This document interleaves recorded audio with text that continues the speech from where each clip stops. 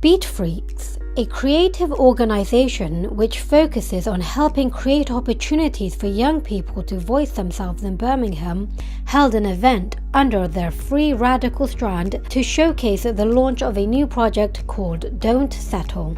The aim of the project is to help empower young people to start changing their voice in heritage. Museums and heritage sites are places that present our history. They present the history of Birmingham and the Black Country. And from that, we've learnt that there's not necessarily a total history that is presented. So we would like to bring the voices of all of the communities to have an actual representation of the history that Birmingham and Black Country has. Young people aged 16 to 25 can sign on to the programmes. At any point, young people can also get more involved with the Lunar Nights event as and when they want. There'll be public monthly research workshops to teach research skills, start getting people involved more in the art side of research, but also looking at what classes as research, what is a valuable source, and there'll be events for people to come to and start thinking about some of the big ideas surrounding the colonialism, the lack of representation of minoritized communities, how people of colour have actually contributed to the landscape that makes Birmingham and the Black Country.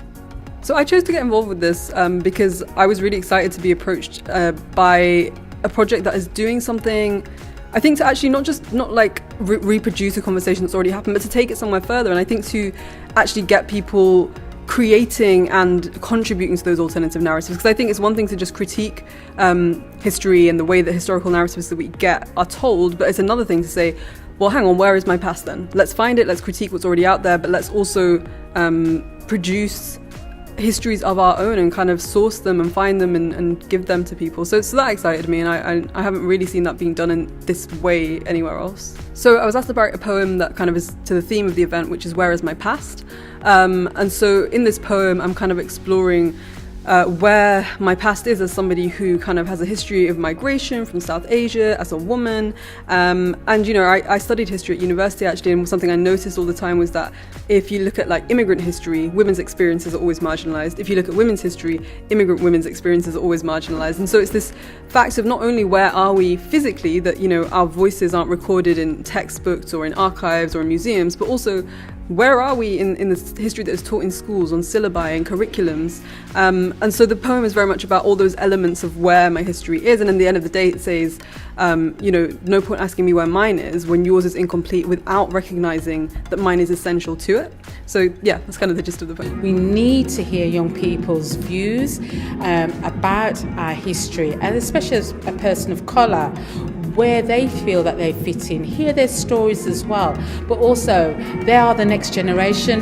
When the likes of me has gone, they are the people of the future, so it's important that they are understanding about collecting it, understanding about objects, understanding about interpretation of objects. All that is so important, because as a number of them was saying, if they go into a museum, they don't understand or they don't know. So as someone of a museum background, it's important to engage and hear what young people are saying. I just loved everything about the event. I thought it was an incredibly positive, inspirational event. I love the sense of community, the sense of celebration. It's an event that's been run by young people, for young people, to tell our stories as marginalised communities, and it was just incredible.